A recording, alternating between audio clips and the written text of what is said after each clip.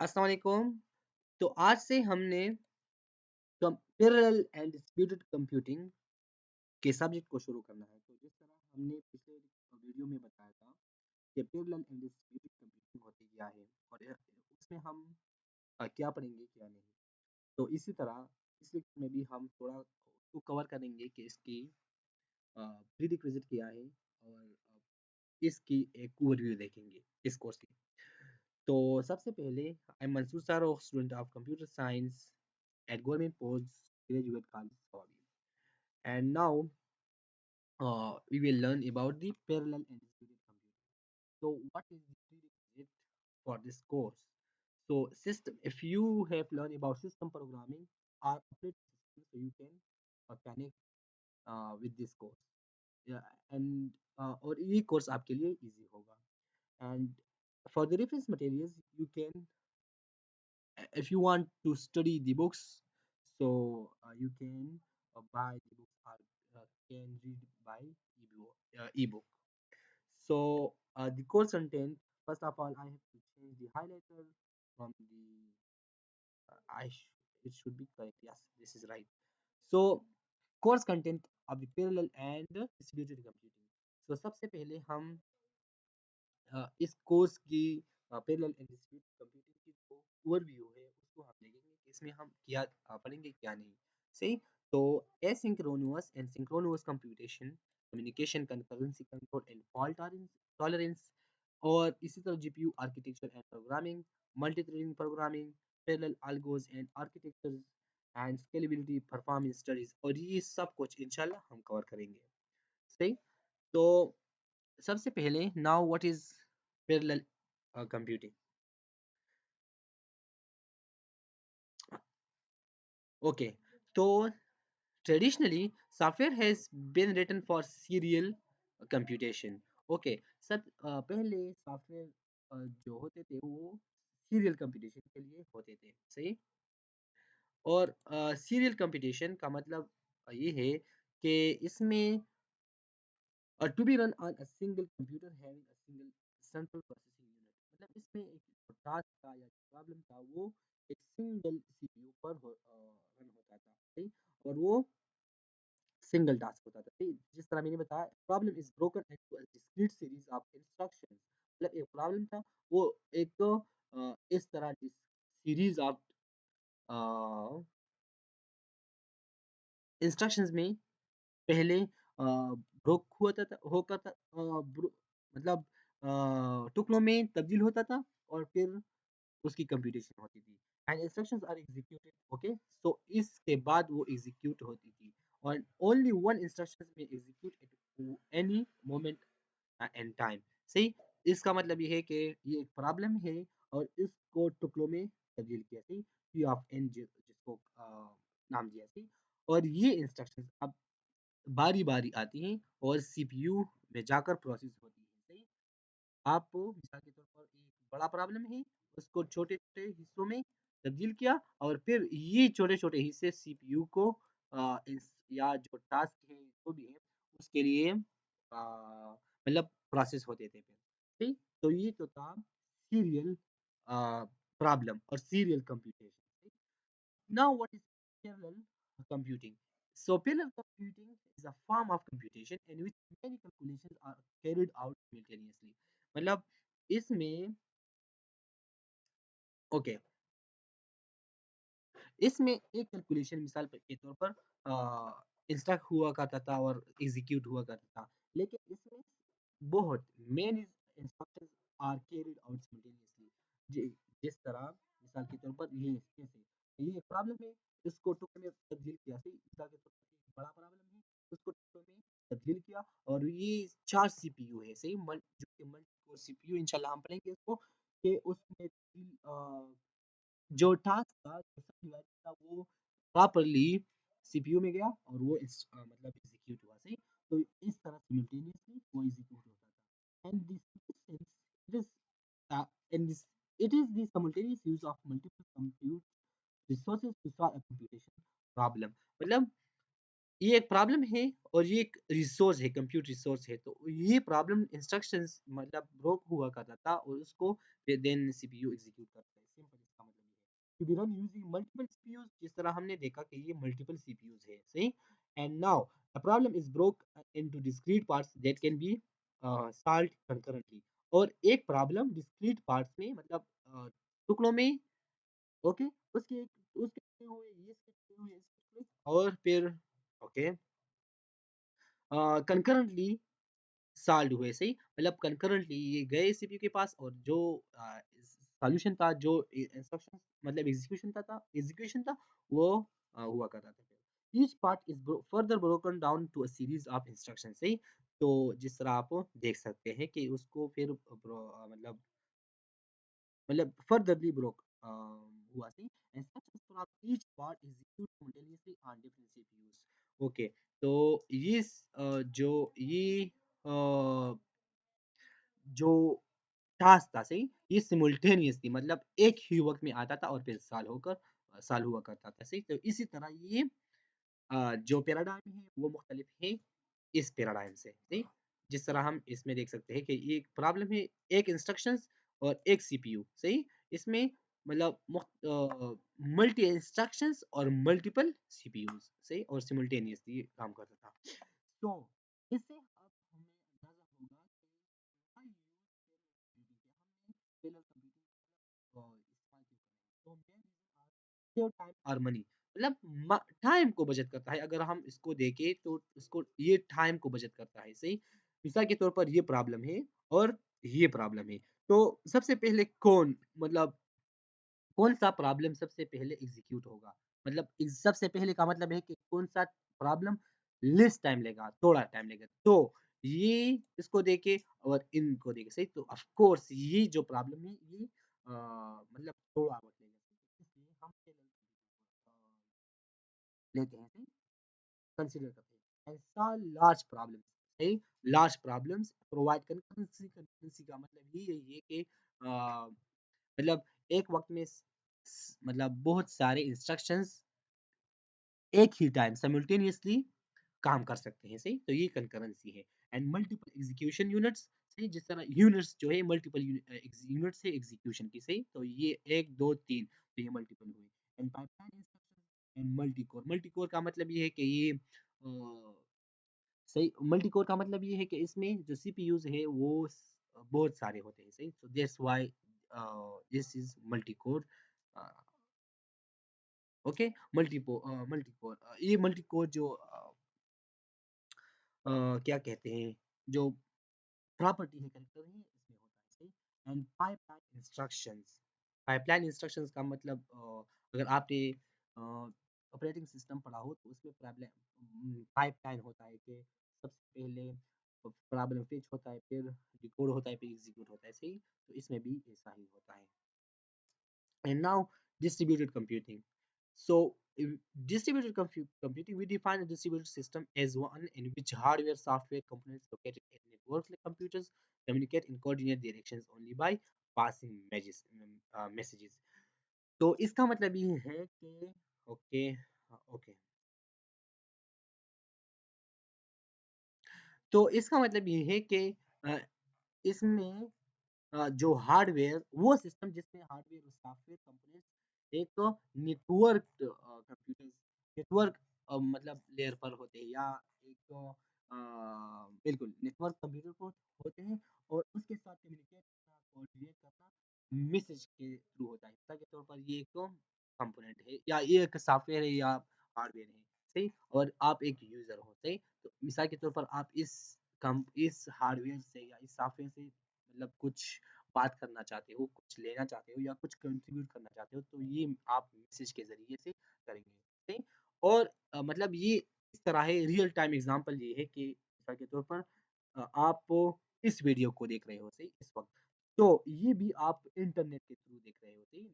जो एक मैसेज के ज़रिए आपने एक्सेस किया। किस तरह कि आपने इस वीडियो के ऊपर सर्च किया, तो ये सर्च भी एक मैसेज था। ये सर्वर के पास है, यूट्यूब सर्वर, जो कि सॉफ्टवेयर और हार्डवेयर कॉम्बिनेशन है।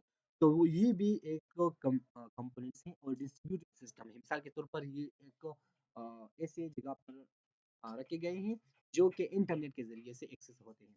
सही। तो आपने एक मैसेज के ज़रिए से इस वीडियो को देखना शुरू किया, सही। तो that's why education system in current scenario या ऑनलाइन क्लासेस जो होते हैं, सही, जो ज़ूम पर होते हैं या जो टीम मतलब एमएस टीम पर होते हैं, तो ये वो सब डिस्ट्रीब्यूटेड कंप्यूटिंग में आता है। I hope that you will now understand that what is distributed computing.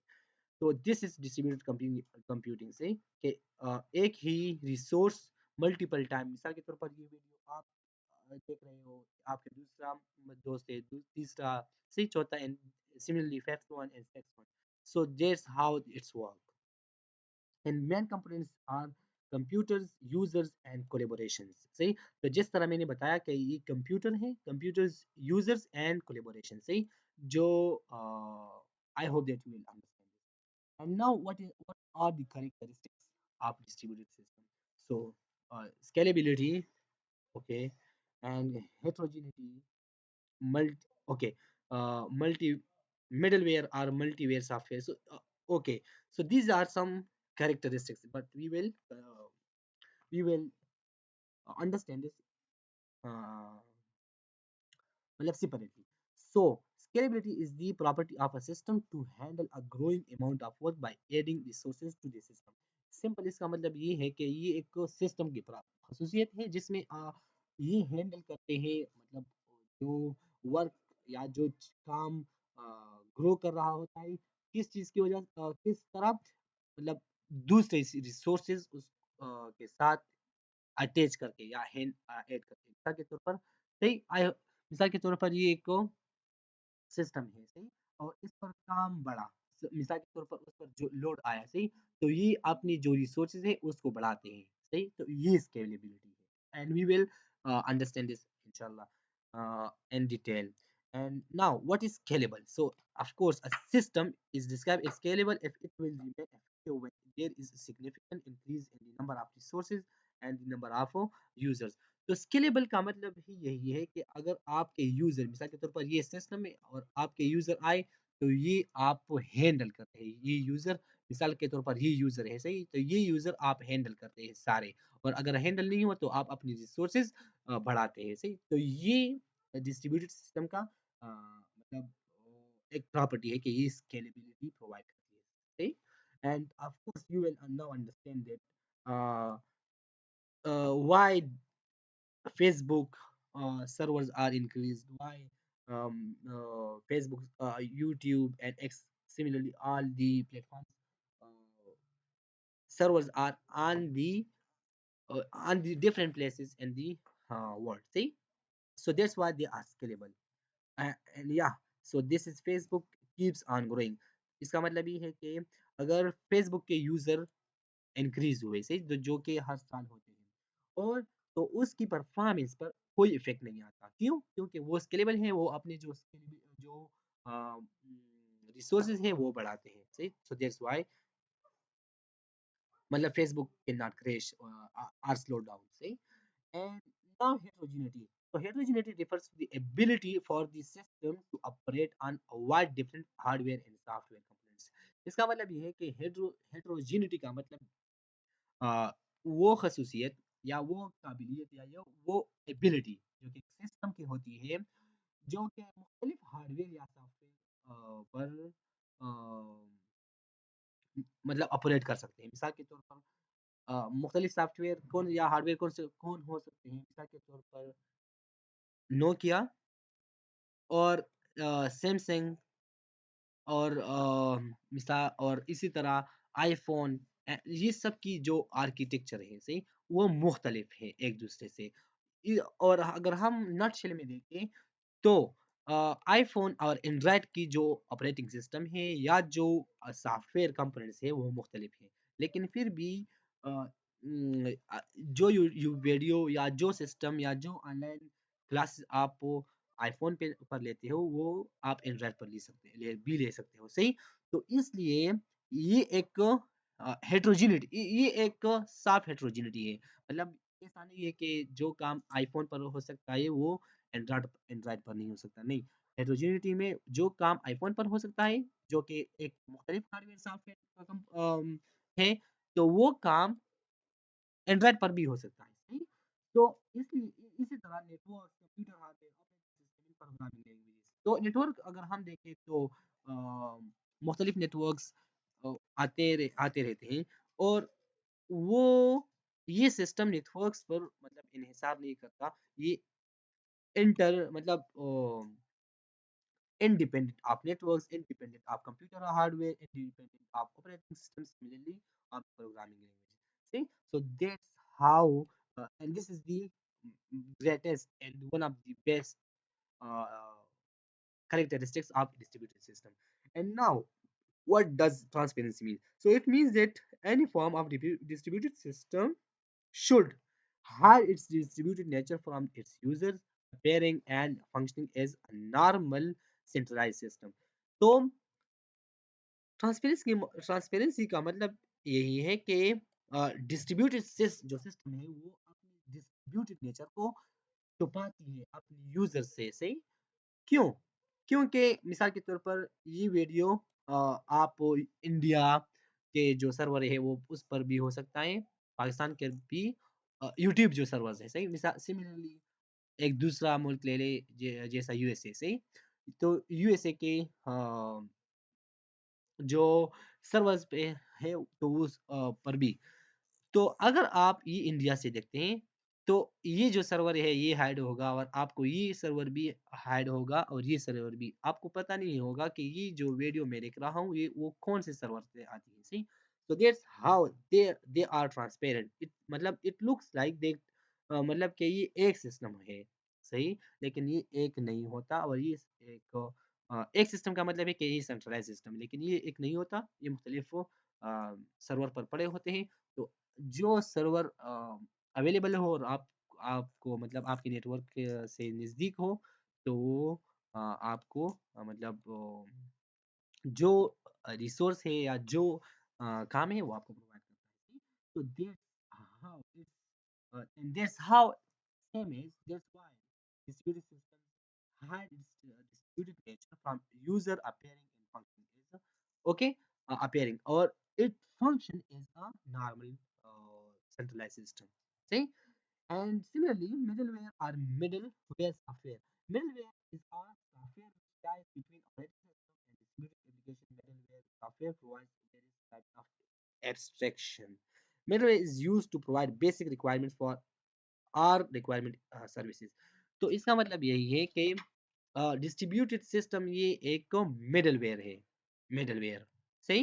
मिसाल के तौर पर ये एक एपीआई है, सही। और ये किसके दरमियान एक मिडलवेयर है, आपकी जो आपके साथ जो एप्लीकेशन है और जो लोकल ऑपरेटिंग सिस्टम है। मिसाल के तौर पर ये जो आपको जिस ऑपरेटिंग सिस्टम से ये वीडियोस देखते हैं, सही। मिसाल के तौर पर आपके पास आईफोन और जो एंड्रॉयड है, एंड्रॉयड फ़ोन वो हो सकता है, और आपके पास जो एप्लीकेशंस है वो मुख्तलिफ हो सकता है, लेकिन ये इन दोनों के दरमियान होता है, सही। इन दोनों के दरमियान होता है, और इन दोनों के दरमियान होने का फ़ायदा यही है कि ये जो अ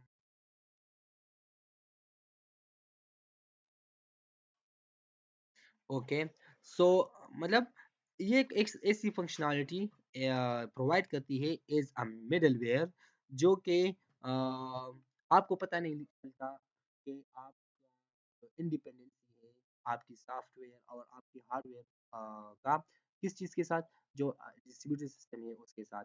तो वो एज एब्स्ट्रैक्शन काम करती है, फिर मतलब ये है कि वो जो डिस्ट्रीब्यूटेड नेचर है वो फिर आपसे हाइड करता है और एक्सट्रैक्ट करता है, सही। And similarly what kind of services it provides, जिस तरह मैंने बताया कि हार्डवेयर इंडिपेंडेंट होता है और लैंग्वेज इंडिपेंडेंट, नेटवर्क इंडिपेंडेंट, सही। For example RPC, RMI, Korba और कॉम, जी कॉम, सही। और जिस तरह मैंने बताया कि हार्डवेयर इंडिपेंडेंट किस तरह होता है, आईफोन और एंड्रॉइड पर एक सिस्टम रन सकता है। और लैंग्वेज इंडिपेंडेंट किस तरह हो सकता है कि अ, आपका जो एप्लीकेशन है वो मिसाल के तौर पर जावा पर भी डेवलप हो सकता है, और स्विफ्ट या जो अदर लैंग्वेजेस हैं, मिसाल के तौर पर मैं